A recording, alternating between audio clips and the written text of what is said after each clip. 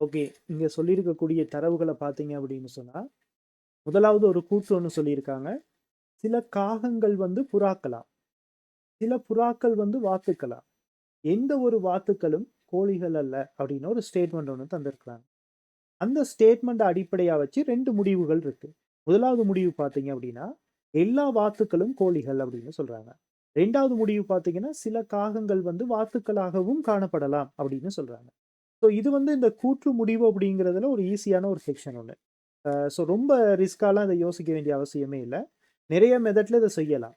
நான் ஒவ்வொரு மெத்தட்டா சொல்றேன். ஓகே. ஃபர்ஸ்ட் என்ன செய்வோம் அப்படின்னு சொன்னா, சில காகங்கள் புறாக்கள், சில புறாக்கள் வந்து வாத்துகள், எந்த ஒரு வாத்துகளும் கோழிகள் அல்ல. ஸோ இது வந்து ஒரு சங்கிலி பிணைப்பாக போகுது என்ன? 1ல ஆரம்பிச்சு அதிலிருந்து தான் அடுத்தது வருது. சில காகங்கள், புறாக்கள் அப்படின்னு சொல்றாங்க. ஸோ காகமும், புறாவும் அந்த வார்த்தைகள்ல சம்மந்தப்படுது. திருப்பி சில புறாக்கள், வாத்துக்கள் அப்படின்னு சொல்றாங்க. அப்ப அந்த புறாக்களினுடைய தொடர்ச்சியா தான் வாத்துக்கள் வருது. அப்ப இது ஒரு செயின் மாதிரி தானே இருக்கு. அப்ப நம்மள என்ன செய்யலாம் இத புரிஞ்சுக்கிறதுக்காக, ஒரு செயினையே உருவாக்கி பார்க்கலாம். நான் என்ன செய்றேன் அப்படின்னு பாருங்க. இங்க பாருங்க. முதலாவது சில காகங்கள், புறாக்கள் அப்படின்னு சொல்லியிருக்காங்க. அப்ப நான் காகத்துக்காக சிவப்பு நிறமான ஒரு வட்டம் ஒண்ணு போடுறேன். அப்படின்னா என்ன அர்த்தம்? இந்த வட்டத்துக்குள்ள இருக்கிறது எல்லாமே காகங்கள் அப்படின்னு அர்த்தம். அதுல சில காகங்கள் புறாக்கள்னு சொல்றாங்களா? அப்ப நான் புறாக்களுக்காக என்ன செய்றேன், கிரீன் கலர்ல ஒரு வட்டம் ஒண்ணு போடுறேன். ஓகேயா? சாரி. ரெட் கலர்ல மாத்துவோம். ரெட் கலர்ல ஒரு வட்டம் ஒண்ணு போடுறேன்.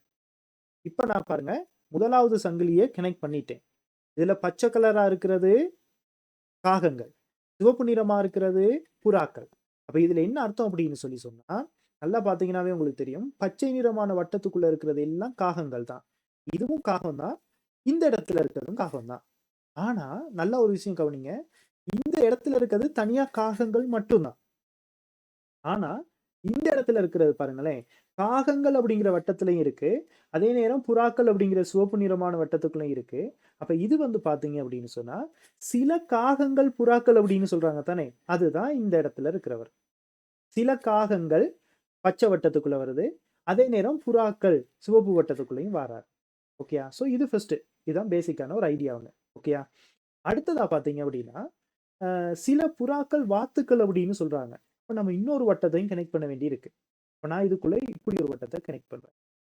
நீல கலருக்கு இருக்க வட்டம் வந்து வாத்துக்களுக்கு சொந்தமான வட்டம். ஓகேயா? ஸோ இப்ப இத நம்ம அனலைஸ் பண்ண போறோம் நம்ம. இங்க பாருங்க. இது வந்து காகம். ஓகேயா? இது வந்து பார்த்தீங்க அப்படின்னு சொன்னா புறா. இது வந்து பார்த்தீங்க அப்படின்னு சொன்னா வாத்து. ஓகேயா? அப்ப நான் முதல்ல சொன்ன மாரி தான். இந்த இந்த இடத்துல இருக்கிறது யாரு அப்படின்னு சொன்னா, சில காகங்கள், புறாக்கள். இந்த இடத்துல இருக்கிறது வெறும் புறா மட்டும் தான். வேற யாருக்குமே சம்மந்தம் இல்ல. இந்த இடத்துல இருக்கிறது யாரு அப்படின்னு சொன்னா, சில வாத்துக்கள், புறாக்கள். ஓகே. அல்லது சில சில புறாக்கள், வாத்துக்கள். இதான் இந்த ஸ்டேட்மெண்ட்ல. இந்த இடத்துல தந்திருக்காங்க பாருங்க. சில புறாக்கள், வாத்துக்கள் அப்படின்னு. அதுதான் இது. இவர் யார் அப்படின்னா, வெறும் வாத்துக்கள் மட்டும் தான். வேற எதுவுமே இல்ல. ஓகேயா? அப்ப எந்த ஒரு வாத்துக்களும் கோழிகள் அல்ல அப்படின்னு சொல்லியிருக்காங்க. எந்த ஒரு வாத்துக்களும் கோழிகள் அல்லன்னா, இந்த வாத்து அப்படிங்கிற வட்டத்துக்குள்ள கோழி வரவே இல்ல. அப்ப கோழிங்கிறது தனியா வேற எங்கேயோ இருக்க போகுது. நான் இங்கன்னு எழுதுறேன் கோழி அப்படின்னு சொல்லி. கோழிக்கும் இந்த வட்டத்துக்கும் சம்மந்தமே இல்ல. ஓகேயா? மறுபடியும் இத ஒரு தடவ கிராஸ் அனலைஸ் பண்ணுவோம் பார்த்துக்கங்க. இது யாரு? காகங்கள். இது யாரு அப்படின்னு சொன்னா, சில புறாக்கள், காகங்கள். ஓகேயா? புறாவுலயும் வருது, காகத்துலயும் வருது. இது யாரு அப்படின்னு சொன்னா புறாக்கள். இது யாரு அப்படின்னு சொல்லி பார்த்தீங்க அப்படின்னு சொன்னா, சில புறாக்கள், வாத்துகள். புறா வட்டத்திலயும் வருது, வாத்து வட்டத்திலயும் வருது. ஓகே. இது யாரு அப்படின்னா, வெறும் வாத்து மட்டும் தான். காரணம், எந்த ஒரு வாத்துக்களும் கோழிகள் அல்ல அப்படின்னு சொல்லிட்டாங்க. அப்ப வாத்துக்கும் கோழிக்கும் சம்மந்தமே இல்ல. அதனால வாத்துங்கிற வட்டத்தோட கோழிங்கிற வட்டத்த நான் கனெக்ட் பண்ணல. அந்த சங்கிலி அதோட முடியுது. ஓகேயா? ஸோ இதுதான் பேசிக்கான ஒரு ஸ்டேட்மெண்ட். இப்ப இதுல இவங்க சொல்லியிருக்கக்கூடிய தரவுகள நம்ம மெர்ஜ் பண்ணி பார்க்க போறோம். முதலாவது பாருங்க, எல்லா வாத்துக்களும் கோழிகள் அப்படின்னு சொல்றாங்க. அப்படின்னா என்ன அர்த்தம்? எல்லா வாத்துக்களும் கோழிகளா இருந்தா என்னவா இருக்கணும்? வாத்துங்கிற வட்டத்துக்குள்ள தான் கோழி வந்திருக்கணும். அப்பதானே எல்லா வாத்துக்களும் கோழியா இருக்கும். அல்லது கோழிங்கிற வட்டத்துக்குள்ள வாத்து வந்திருக்கணும். ஓகேயா? ஆனா நான் இங்க எழுதும் போதே கிளியரா சொல்லிட்டேன். இந்த வாத்துங்கிற வட்டத்துக்கும் கோழிக்கும் சம்பந்தமே இல்ல. அப்ப முதலாவது கூற்றுங்கிறது 100% ஒரு பிழையான கூற்று. எல்லா வாத்துக்களும் கோழிகளா? இல்ல. எல்லா கோழிகளும் வாத்துக்களா? இல்ல. 2 ஸ்டேட்மெண்ட்டுமே வராது. காரணம் இந்த வட்டத்துக்கும் கோழிக்கும் சம்பந்தமே இல்லாத ஒரு காரணத்தினால. அடுத்து 2வது பாருங்க. சில காகங்கள் வாத்துக்களாகவும் காணப்படலாம். காகம்ங்கிற வட்டத்துல போங்க. காகம்ங்கிற வட்டத்துல இருக்கிறதே 2டே 2 பகுதி தான். ஒண்ணு வெறும் காகங்கள்.